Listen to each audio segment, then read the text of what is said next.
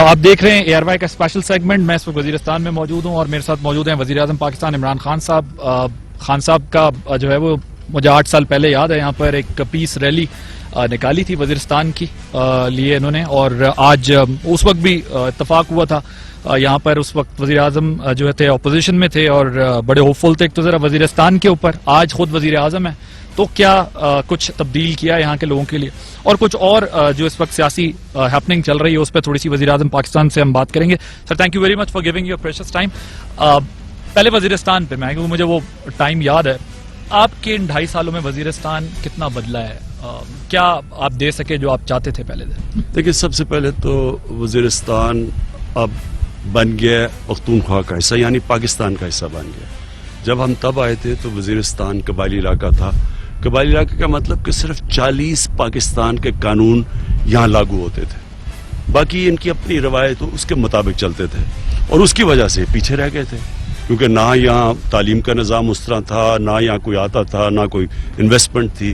تو اب بڑا چینج یہ ہے کہ اس بہت مشکل تھا یہ مرج ہونا, لیکن اللہ کا خاص کرم ہے کہ یہ, اور یہاں لوگوں کو میں خاص طور پہ خراج تحسین پیش کروں گا کہ آج یہ پاکستان کا حصہ بن گیا.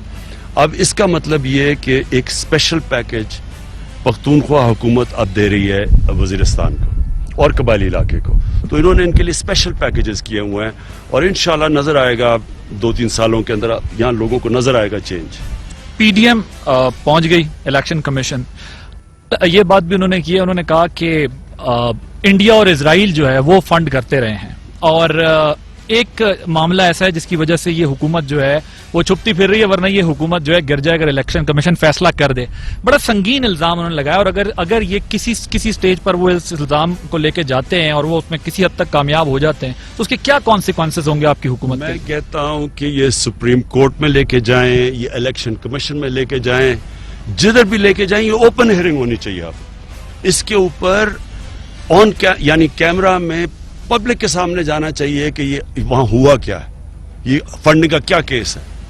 میں آج آپ کے سامنے کہتا ہوں کہ جو ہماری فنڈنگ ہے وہ ساری لیگل ہے. یہ بتا ہی نہیں سکتے ان کے پاس فنڈنگ کدھر ہے, ان کے پاس ریکارڈز ہی نہیں ہیں. ہمارے نام لوگوں کے 40,000 ڈونرز کے نام ہیں. کبھی پاکستان کی تاریخ میں آج تک کوئی نہیں اس طرح کی فنڈ. ہمارے آڈیٹڈ اکاؤنٹس ہیں.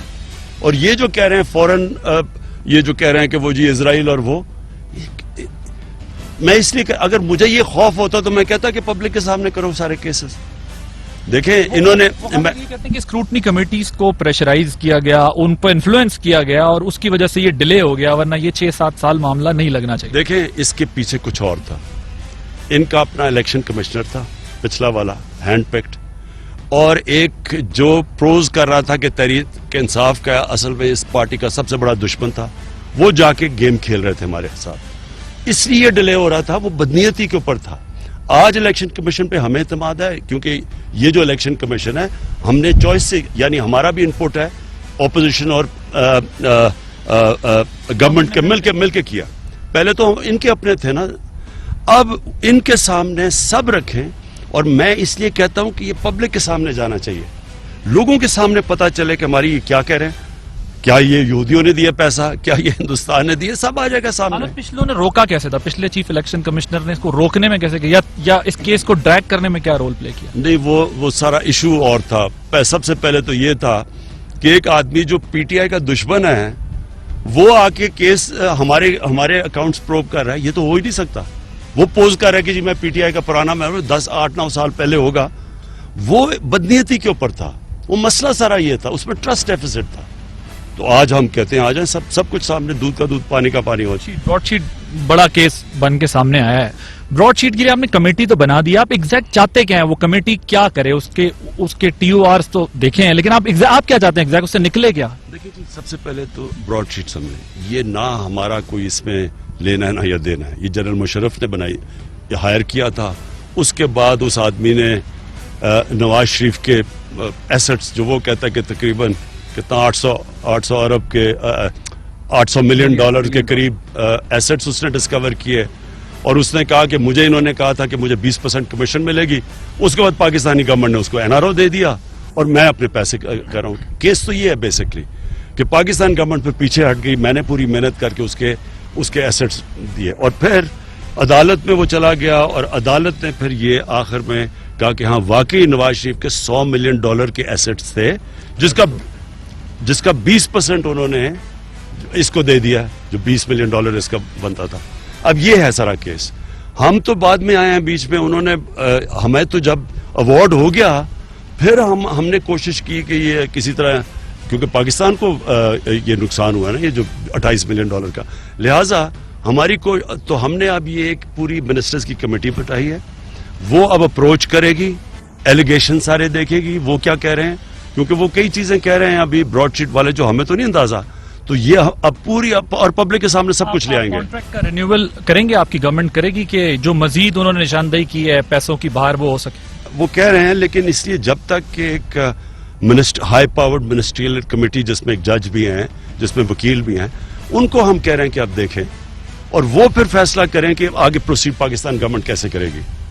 ابھی تک تو سر آپ میڈیا کے اوپر ہے نا, ابھی اصل چیزیں تو پیپر ورک جب تک سارا یہ جو میں نے انٹرویو کیا گزشتہ روز کاوے مساوی کا, تو انہوں نے مجھے یہ کہا, انہوں نے کہا کہ اس گورنمنٹ پر یا آپ کے بارے میں انہوں نے کہا کہ ہمیں یہ یقین ہے کہ اگر ہمارا معاہدہ ہو تو ہم بہت سارے ایسیٹس جو ہیں وہ ان کی نشاندہی کر سکتے ہیں جو کہ پاکستانیوں کے باہر ہیں, جو ظاہر 200 نام ہیں, کئی لوگ ہیں اس میں. لیکن وہ یہ کہتے ہیں کہ یہ گورنمنٹ ہمارے ساتھ اس طرح تعاون نہیں کر رہی, اگر یہ گورنمنٹ ہمارے ساتھ تعاون کرے تو ہم ان کو آئیڈینٹیفائی کرتے ہیں. پھر وہ جو $1 ارب گیا ہے سنگاپور سعودیہ سے, اس کے بارے میں کچھ آپ بتائیں گے, کیونکہ وہ تو وہ کہتے ہیں کہ جی وہ ان کا کلیم ہے کہ یہ نواز شریف جو ہیں ان کے ہیں, تو اس پر آپ لوگ نہیں چاہتے کہ یہ کسی نتیجے پہ پہنچا جائے تاکہ وہ ریکوری ہو سکے؟ وہ کہتے ہیں کہ جب میں کسی سے ملا تو مجھے وہاں ڈیلیگیشن میں کسی نے کٹ بھی مانگا, اور آپ نے ذکر بھی کیا ظفر علی آپ سے بھی ملے. ظفر علی کو وہ براڈ شیٹ کا مانتے ہی نہیں ہے کہ وہ براڈ شیٹ سے ان کا تعلق ہے, وہ کس کیپیسٹی میں آپ سے ملے تھے؟ مجھے بھی نہیں ملا, مجھے ظفر علی نے یہ نہیں دیکھا وہ براڈ شیٹ کا ہے. وہ تو کوئی اسی طرح کے کوئی آئے کہ ہم آپ کے باہر ایسٹس, یہ جو چوری کیے ہوئے پاکستانیوں کے ایسٹس پڑے ہوئے ہیں وہ ہم آپ کے ڈسکور اور ہمیں کٹ دیا جائے.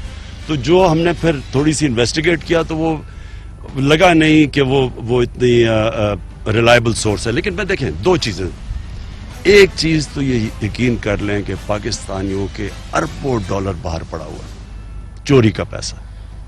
صرف یہی کر لیں کہ جو اسٹیٹ ڈپارٹمنٹ نے ایک سروے کی تھی کئی سال پہلے کہ تقریباً $10 ارب سے اوپر ہر سال پاکستان میں منی لانڈرنگ ہو کے ملک سے باہر جاتا ہے. تو 20 سال اگر لگا لیں تو کم از کم $200 ارب تو باہر پڑا ہوگا. اب اس کو کیسے ریٹریو کرنا ہے؟ کیا یہی فرم ہے؟ کیا ان کے پاس کوئی ایسے ڈیٹا ہے جس کے اوپر ہم جا سکتے ہیں؟ اس لیے یہ ہم نے منسٹریل کمیٹی بنائی ہے. ٹھیک ہے, تو یہ جو بات ہو رہی ہے کہ جو پیسہ ایمبیسی کے اندر, ہائی کمیشن کے اندر رکھا گیا, آپ کو ریگریٹ ہے کہ یہ واقعی کیوں, یہ تو چاہتے تو اتنا ہسٹری یہ بتاتی ہے کہ اتنا پیسہ رکھا نہیں جاتا. یہ جو پیمنٹ ہوئی ہے اس کے اوپر آپ کی کوئی ہے ریزرویشنز کی, کیوں پاکستان کی طرف سے ایک دم اتنی پیمنٹ کر دی گئی وہاں؟ اگر پیمنٹ نہیں کرتے تو اس کا دن کا ہمیں سود £5,000 پڑ رہا ہے. یعنی ایوارڈ تو ہو چکا ہے عدالت نے, ہمارے سے آنے سے پہلے ایوارڈ ہو چکا ہے.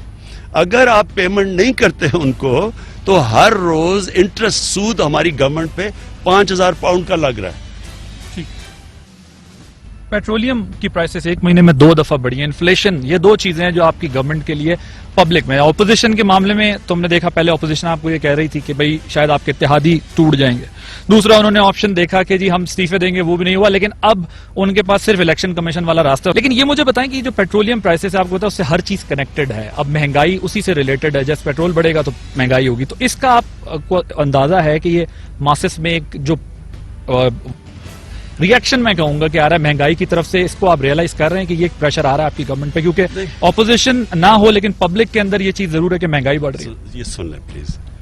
دیکھیں جب آپ کا روپیہ گرتا ہے نا, ہمارے آنے کے 1 سال تک روپیہ $107 سے $160 پہ گیا, ٹھیک.